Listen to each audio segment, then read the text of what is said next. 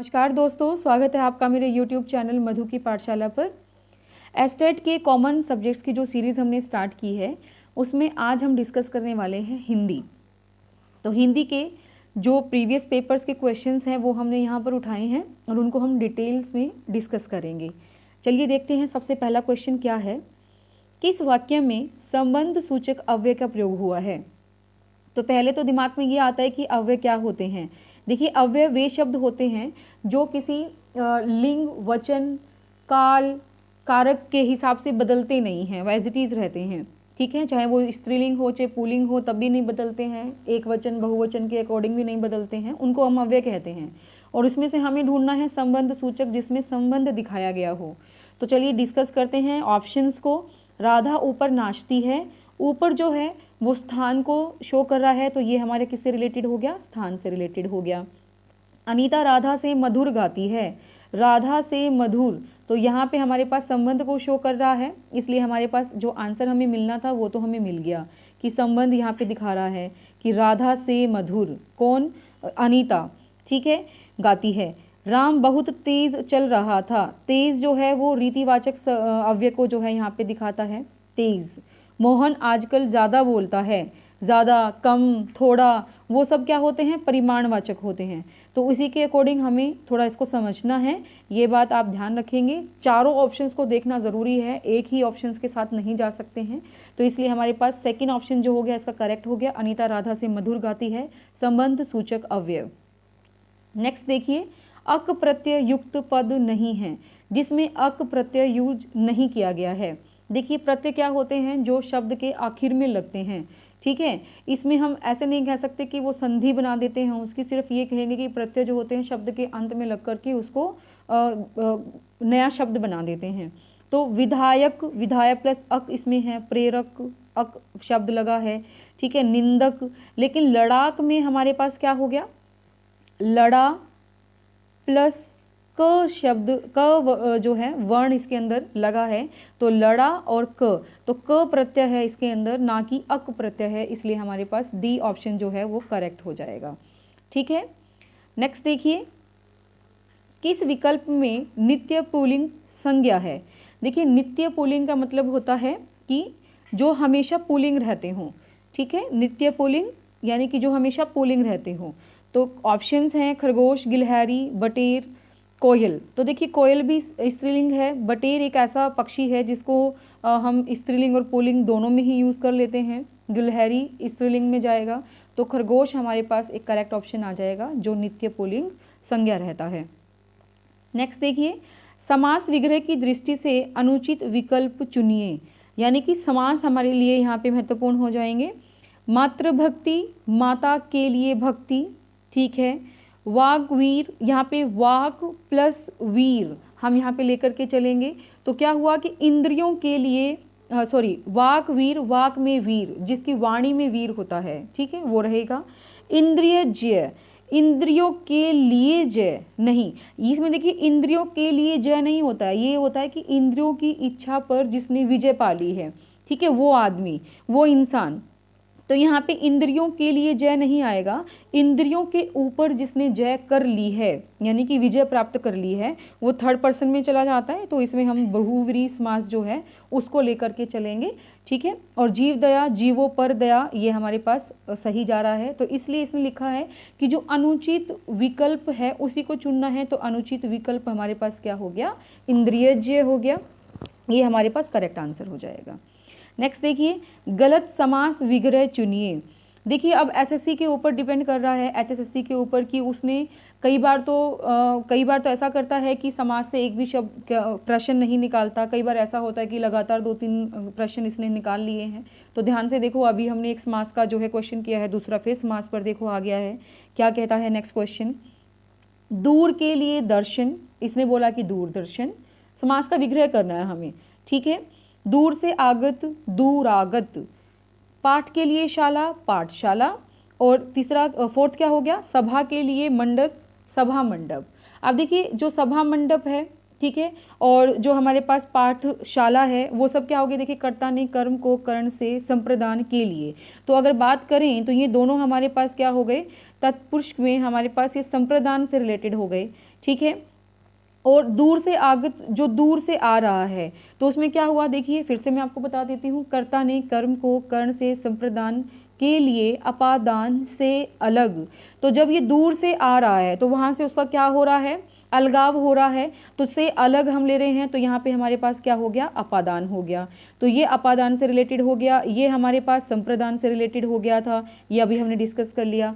दूर के लिए दर्शन, दूरदर्शन थोड़ी ना होता है, दूर के लिए दर्शन नहीं होता। दूरदर्शन का मतलब, इसका मतलब होता है दूर स्थित स्थान के दर्शन करने वाला, ठीक है। जो क्या कर लेता है, दूर से ही किसी स्थान के दर्शन कर लेता है वो इंसान, तो वो दूरदर्शन हो गया ना, ठीक है। तो वो हमारे पास क्या होगा, ये गलत हो जाएगा, ये गलत समास विग्रह इसने किया है, ठीक है।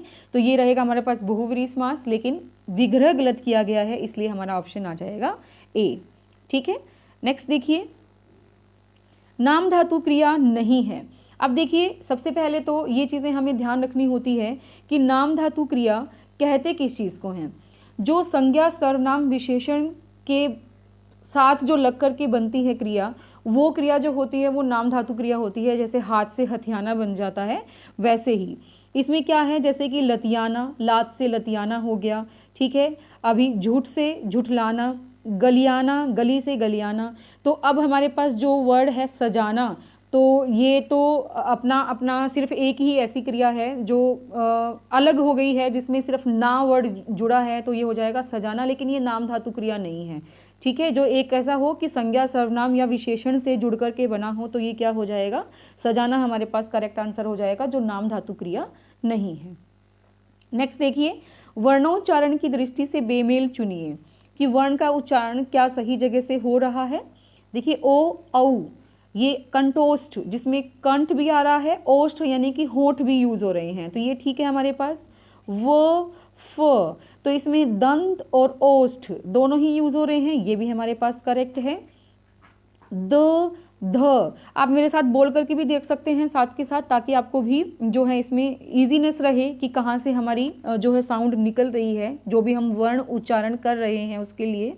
तो द ध, ये इसमें हमारे पास क्या हो रहा है, दांत के साथ जो है ये जीभ जो हमारी टच हो रही है, इसलिए हमारे पास द और ध हमारे पास दंत से जुड़े हुए हैं, ना कि तालु से, ठीक है।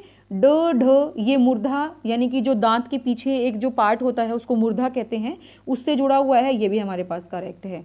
तो जो बेमेल थे वो क्या हो गया, द ध हो गया। जैसे ये क्या किससे रिलेटेड है, त थ द ध न, तो ये सब हमारे पास किससे होते हैं, दंत से ही जुड़े हुए वर्ण उच्चारण शब्द होते हैं, वर्ण उच्चारण होते हैं, सॉरी, ठीक है। नेक्स्ट देखिए, किस विकल्प में अनु उपसर्ग का प्रयोग नहीं हुआ है, हमें बताना है किस में नहीं हुआ है। देखिए, सबसे पहले है अनुस्वार, तो अनु प्लस में स्वर चल जाएगा हमारा ये। अनु प्लस में संग, संग ये लेना है हमें, ये वाला जो संग है ये नहीं, ये बनने के बाद, संधि होने के बाद ऐसा बन जाएगा, ठीक है। तो क्या हो गया, अनुषंग में अनु प्लस में संग आ रहा है। अनुदार, अनुदार में देखिए जो हम इसका अगर हटाएं उपसर्ग, तो क्या बनता है कि अन प्लस उदार बनता है, ठीक है। क्या बनता है, अन प्लस उदार। और नेक्स्ट जो बच गया है वो क्या है, अनुशास्ती, अनु प्लस में शास्ती। अब देखो इनका मीनिंग आपको सबको पता ही है। अनुस्वार जो शब्द जो वर्ण हमने किए हैं, जो अनुस्वार न की ध्वनि के होते हैं, जो ठीक है अंग की ध्वनि के होते हैं। अनुदार, ठीक है, जो हमारे पास क्या होता है, जो उदार होता है। अनुशास्ती अनुशासन से जुड़ा हुआ हो गया। और अनुषंग हमारे पास गहन संबंध जिसमें होता है उसके लिए यूज होता है। लेकिन मीनिंग के साथ तो चलो हम फिर भी अगर ना जाएं तो हमें किसके साथ जाना पड़ेगा, उपसर्ग के साथ तो जाना ही है। तो अनुस्वार में अनु, अनुसंग में अनु, अनुशास्ती में अनु, लेकिन अनुदार में अनु जो है उपसर्ग है, इसलिए हमारे पास ये करेक्ट आ जाएगा, जो हमें आंसर चाहिए है किसके अकॉर्डिंग, हमारे क्वेश्चन के अकॉर्डिंग। नेक्स्ट देखिए, वार्तनिक दृष्टि से अशुद्ध शब्द चुनिए। कौन सा ऐसा इसमें से शब्द है जो अशुद्ध है।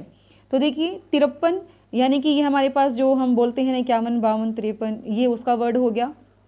अजमाइश नहीं होता है, क्या होता है, आजमाइश होता है, तो इसलिए हमारे पास ये अशुद्ध हो जाएगा। नेक्स्ट देखिए, अंत्याक्षरी। अब हम बोलते हैं अंताक्षरी, वो भी हमारे पास करेक्ट होता है। न कोई बिंदु ऊपर लगा देंगे तब भी हमारे पास ये करेक्ट होता है। बिंदु ऊपर लगाने के बाद ताक्षरी लिखेंगे तब भी ठीक होता है। तो छिपकली भी ठीक है, अंताक्षरी भी ठीक है, तिरपन भी ठीक है। तो कौन सा गलत हो गया? अजमाइश यानी कि आजमाइश आना चाहिए था, ये गलत हो गया, तो अशुद्ध शब्द हमने चुन लिया है। नेक्स्ट देखिए, अनिश्चयवाचक सर्वनाम वाला वाक्य चुनिए जिसमें अनिश्चय हो यानी कि कुछ क्लियर नहीं होता है। मैं कुछ पुस्तकें लाया हूँ, इन्हें तुम रख लो। एक बात और ध्यान रखना, सर्वनाम ढूंढना है। कई बार सर्वनाम और विशेषण एक दूसरे को लिंक करते हुए से नज़र आते हैं, लेकिन उनमें बहुत अच्छा डिफरेंस रहता है। और इसी तरीके से मैं आपको इंग्लिश में बताती होती हूँ कि प्रोनाउन में और एडजेक्टिव में बहुत अच्छा डिफरेंस होता है, तो वो बात ध्यान रखेंगे आप। अगर किसी नाउन से पहले लगता है, किसी संज्ञा से पहले लगता है, तो वो विशेषण होगा, लेकिन संज्ञा की जगह यूज़ किए जाते हैं तो वो हमारे पास क्या होते हैं? सर्वनाम होते हैं। तो देखिए क्या लिखा हमने, मैं कुछ पुस्तकें लाया हूँ। पुस्तकें यहाँ पे नाउन है ऑलरेडी, ठीक है, संज्ञा है, तो संज्ञा से पहले कुछ लगा तो ये क्या हो गया? विशेषण हो गया। तो यहाँ कंफ्यूज नहीं होना, कुछ अनिश्चयवाचक जरूर है लेकिन सर्वनाम नहीं है, विशेषण है। दाल में कुछ काला है, तो अब देखो कुछ जो एक ऐसी चीज़ हो गई जो नाउन को रिप्लेस कर रही है। जैसे मैं कहूँ कि दाल में धनिया काला है, दाल में जो है मसाला काला है, तो मसाले की जगह यूज़ हो गया ना कुछ, तो सर्वनाम क्या होते हैं? संज्ञा की जगह यूज़ हो रहा है, तो कुछ यहाँ पे क्या हो गया? सर्वनाम हो गया। और निश्चय भी नहीं आ रहा है इसके अंदर, तो अनिश्चयवाचक सर्वनाम हो गया। ठीक है, हमें आंसर मिल गया, लेकिन हम दो ऑप्शंस को भी ज़रूर पढ़ेंगे। केवल वही तुम्हारी प्रशंसा कर सकता है, केवल वही, ओनली ही, जैसे हम कहते हैं ना कि, तो ये भी हमारे पास विशेषण की तरह जा रहा है। वह चाहता है कि तुम सदैव आगे बढ़ो, वह हमारे पास प्रोनाउन है, लेकिन वह पॉइंट कर सकते हैं हम, ठीक है, तो इसलिए हमारे पास अनिश्चयवाचक वह नहीं है। तो क्या रहेगा? बी ऑप्शन रहेगा, दाल में कुछ काला है, कुछ अनिश्चयवाचक सर्वनाम के लिए हो जाएगा। नेक्स्ट देखिए, सु उपसर्ग रहित पद चुनिए। देखिए रहित का मतलब क्या होता है? जिसमें सु नहीं आना चाहिए, ठीक है, उसके लिए होता है। तो सुसुप्ति, तो सुषुप्ति हो गया हमारे पास, ये हमारे पास सु उपसर्ग को लिए हुए है। स्वल्प, हम सी की बात करेंगे पहले। स्वल्प, देखिए सु प्लस अल्प हमारे पास जाता है, तो ये क्या रहेगा? हमारे पास सु उपसर्ग को लिए हुए है। सौष्ठव, सु प्लस औष्ठव, तो ये चल रहा है, ठीक है, तो सु के साथ भी ये हमारे पास जाएगा। लेकिन जो स्वस्थ होता है वो स्व उपसर्ग को लेकर के चलता है, स्वस्थ, स्व प्लस थ, तो ये चल जाता है स्वस्थ, ठीक है। तो ये हमारे पास क्या हो गया? सु उपसर्ग रहित पद हो गया। नेक्स्ट देखिए, किस शब्द में व्यंजन संधि का प्रयोग हुआ है? देखिए व्यंजन संधि जो व्यंजन को मिलाकर के बनती है, एक व्यंजन हो दूसरा स्वर भी हो सकता है, ठीक है, तो उसको ढूंढना है हमने। अब देखो यहाँ पे क्या है? वागीश्वर, तो वागीश्वर में हमारे पास क्या यूज हुआ? वाक प्लस ईश्वर, तो इसमें हमारे पास पहले ही आंसर मिल गया हमें कि ये क्या हो गया? ये व्यंजन हो गया, इसके साथ स्वर्ग हमारे स्वर जुड़ रहा है, तो हमारे पास क्या हो गया? ये वाक प्लस ईश्वर, वागीश्वर एक व्यंजन संधि हो गई।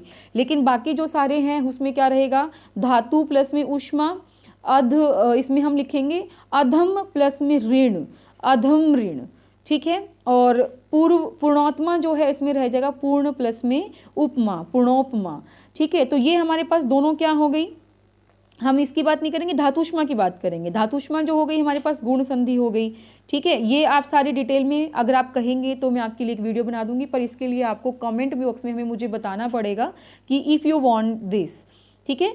पूर्णोत्मा जो है ये भी हमारे पास पूर्ण प्लस में उपमा आ रहा है, तो इसमें हमारे पास क्या हो गया? गुण संधि हो गई, ठीक है, ये बात ध्यान रखेंगे। तो ये जो बच गया हमारे पास ये क्या हो गई? ये व्यंजन संधि हो गई, वाक प्लस ईश्वर। क्लियर? चलिए, तो संधि हमारे पास बहुत ही इंपॉर्टेंट टॉपिक रहता है। संधि, उपसर्ग, प्रत्यय, समास, इनको तो आप बिल्कुल डिटेल में एक एक वर्ड को खंगोल दीजिए, ठीक है, ये बहुत इंपॉर्टेंट रहेगा आपके लिए।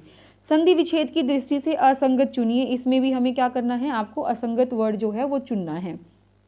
सबसे पहले है फणी प्लस में इंद्र। देखिए फणी ही गलत लिखा हुआ है इसने, तो फणी हमारे पास कैपिटल ई के साथ, बड़ी ई के साथ आता है, तो इसलिए फणी प्लस में इंद्र यही गलत हो गया। सुधी प्लस में इंद्र, सुधींद्र ठीक है। अभी प्लस में ईस्ट, अभीष्ट ठीक है। रजनी प्लस में ईश, रजनीश ठीक है।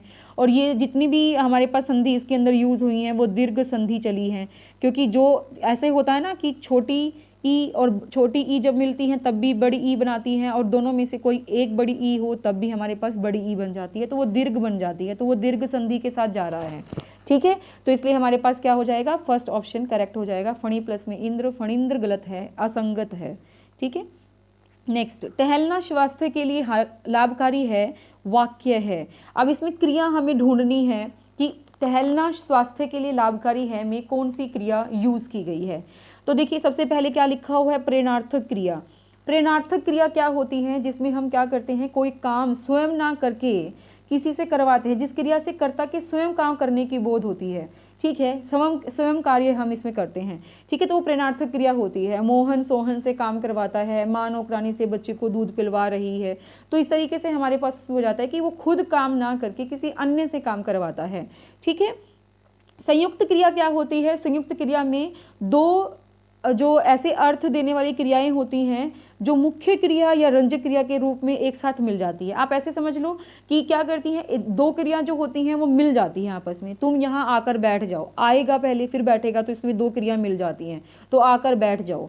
ठीक है, तो बैठ जाओ, चल पड़ा, जाने लगा, इस तरीके से संयुक्त क्रिया होती है। नेक्स्ट क्या है, रंजक क्रिया। रंजक क्रिया का मतलब क्या होता है कि जो क्रिया मुख्य क्रिया को विशेष अर्थ छाया प्रदान करती है। जैसे कि तुम यहाँ आकर बैठ जाओ, तो जो जाओ वर्ड है ना, वो बैठने की जो क्रिया थी उसको क्या कर रही है, छाया प्रदान कर रही है, इसलिए क्या हो गई, रंजक क्रिया हो गई। संयुक्त क्रिया जो होती है रंजक क्रिया को लेकर के बनती है, इसलिए रंजक क्रिया क्या करेगी, इसकी एक हेल्पफुल क्रिया हो गई। ठीक है, और क्रियार्थक क्रिया क्या हो गई, क्रियार्थक क्रिया जो क्रिया कर रहे हैं, जिसके अंदर क्या हो जाती है, क्रिया की जा रही है। तो इसलिए हमारे पास क्या हो गया, टहलना स्वास्थ्य के लिए हानिकारक है, तो टहलना जो क्रिया हो गई इसके अंदर वो कौन सी होगी, क्रियार्थक क्रिया हो गई। जैसे कि हम इंग्लिश में कहते हैं ना, walking is good for health, तो उसमें हमारे पास वॉकिंग क्या होती है, जैरेंड होता है ना, वैसे ही इसे क्रियार्थक क्रिया ले दिया है किसको, टहलना। तो टहलना शब्द के लिए स्वास्थ्य के लिए लाभकारी है, तो वाक्य कैसा हो गया, क्रियार्थक संज्ञा वाला हो गया। ठीक है, नेक्स्ट देखिए, प्रत्यय की दृष्टि से असंगत विकल्प चुनिए। प्रत्यय की संगति दृष्टि से हमें इसको चुनना है, तो क्या हो जाएगा, देखिए यहाँ पे हथ लिखना है, ये हय बन गया है, हथ प्लस ओड़ी हथौड़ी। अब देखिए इसमें जो गलत क्या है कि जो इसमें प्रत्यय यूज होता है हथौड़ी में वो ड़ी होता है, क्या होता है, ड़ी होता है। बाकी सारे ठीक हैं, अणु प्लस में इक आणविक, सांप प्लस ओला संपोला, और भांग प्लस एड़ी भंगेड़ी। तो इसमें ये बाकी सारे ठीक वर्ड यूज़ किए गए हैं, सारे जो प्रत्यय लगे हुए हैं वो सारे ठीक हैं, लेकिन हथौड़ी के अंदर ड़ी प्रत्यय होता है, इसलिए क्या हो जाएगा, ये प्रत्यय की दृष्टि से असंगत विकल्प हो जाएगा। ठीक है, तो ये हमने आज डिस्कस किए हैं 15 क्वेश्चंस जो प्रीवियस पेपर्स में आए हुए हैं एचटेट के। आई होप कि आपको वीडियो बहुत हेल्पफुल रहेगी, क्योंकि मैंने चारों जो भी इसके ऑप्शंस थे वो डिटेल में आपके साथ डिस्कस किए हैं। कहीं अगर आपको कुछ समझ नहीं आया तो आप कमेंट बॉक्स में बता सकते हो। इसके अलावा आपको किस टॉपिक पर वीडियोज़ चाहिए वो भी आप हमें कमेंट बॉक्स में बता सकते हो। तो आपके सपोर्ट की हमें बहुत ज़रूरत रहेगी, तो प्लीज़ वीडियोस को लाइक शेयर करना अपने फ्रेंड्स के साथ बिल्कुल भी नहीं भूलिएगा। अगर आप चैनल पर नए हैं तो प्लीज़ सब्सक्राइब कर लीजिएगा। Thank you very much.